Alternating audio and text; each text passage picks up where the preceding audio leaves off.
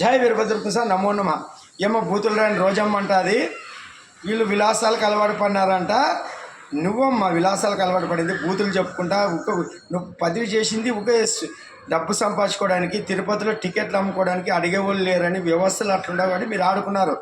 ఏం అటువంటి రాజకీయాన్ని నాశనం చేసి ప్రజాస్వామ్యం అంటే వీరభద్ర యుగంలో వీరభద్ర వీరభగవసంతరాల నుంచి విశ్వగురువై ఐఏఎస్ ఐపీఎస్లతో భారతదేశాన్ని నడిపించి విశ్వగురువు వస్తే విశ్వభారత్ అవుతుంది. అవన్నీ మన ఆయన చూపిస్తాడు.